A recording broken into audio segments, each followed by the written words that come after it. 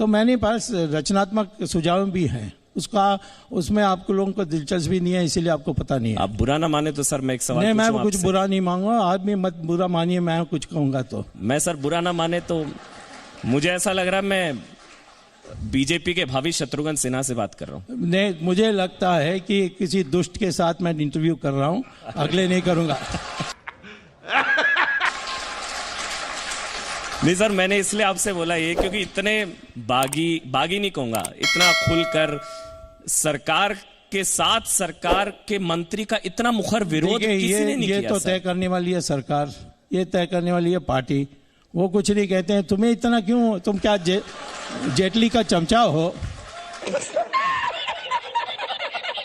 ऐसा क्यों है सर? मतलब मैं बहुत कैंडिडली आपको एक बात कहता हूं। मैं भी कैंडिडली जवाब ही दूंगा। जी बिल्कुल बिल्कुल, आपकी बेबाकी का तो मैं वैसे ही कायल हूं सर।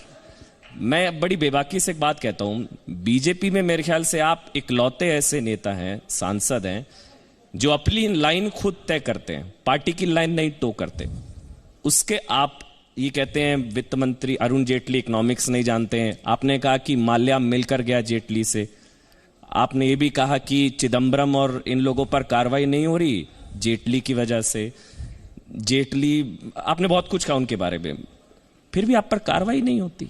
नहीं, क्योंकि पार्टी लाइन नहीं है। ये आप लोग पता नहीं, वो इंदिरा गांधी के जमाने से आज भी उस बीमारी में फंसे हुए हैं कि कोई भी कुछ नेता के खिलाफ वो बोल देगा तो फिर वो पार्टी के लाइन के विरुद्ध में।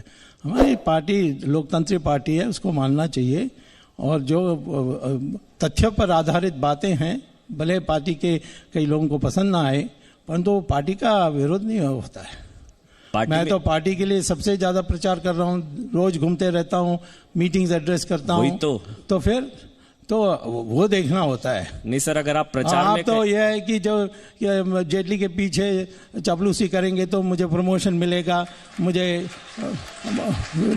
टेलीविजन में अच्छा काम मिलेगा, नहीं मिलेगा तो निकाल देगा, ये डर है आप लोगों के दिमाग में। मैं तो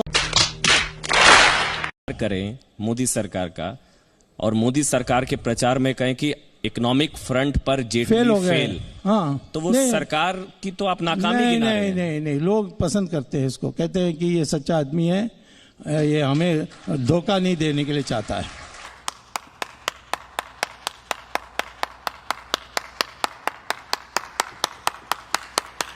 अरुण जेटली से इस अति प्रेम की वजह कुछ? मेरा कोई प्रेम नहीं है, मैं उसको जानता भी नहीं हूं। इतना है कि प्रेम का तो सवाल ही नहीं है। आपका ये प्रेम कई बार छलका है। नहीं, प्रेम आपका प्रेम से मुझे संदेह होता है, तुम्हारे अखबार वालों का प्रेम से नहीं सर। मतलब मैं आपसे इसलिए पूछ रहा हूँ, आपने कहा कि इकोनॉमिक्स की उनको जानकारी नहीं, लेकिन वो वित्त मंत्री हैं। तो क्या करूँ, ऐसे वित्त मंत्री पहले भी हुए हैं। चिदम्बरम को भी इकोनॉमिक्स पता नहीं है, वो भी वित्त मंत्री थे। हमारे देश में कोई इकोनॉमिक्स जानने वाला वित्त मंत्री था तो वो मनमोहन सिंह था। मोदी सरकार का प्रचार, लेकिन सुब्रमण्यम स्वामी नहीं है चौकीदार।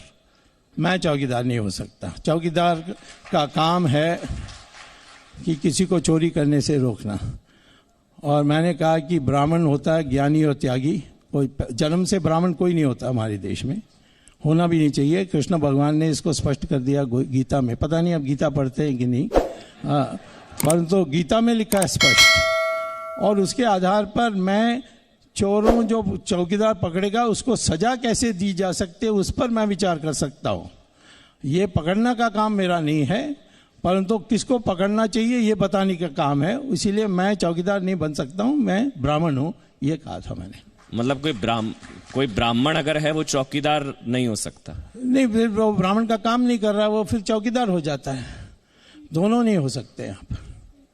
ये मेरे को पता है, ये कंट्रोवर्सी, ये जातिवादी टिप्पणी नहीं है कि कोई ब्राह्मण चौकीदार दोबारा शुरू कर दिया। अभी मैंने तुम्हें एक्सप्लेन किया था, दोबारा एक्सप्लेन कर रहा हूं, जन्म से नहीं होता है।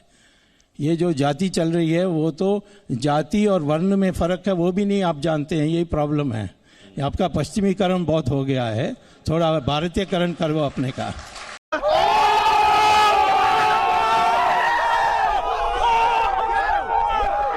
मतलब मैं अगर ये समझूं कि 2014 में ब्रांड मोदी लहर और 2019 में राष्ट्रवाद की लहर।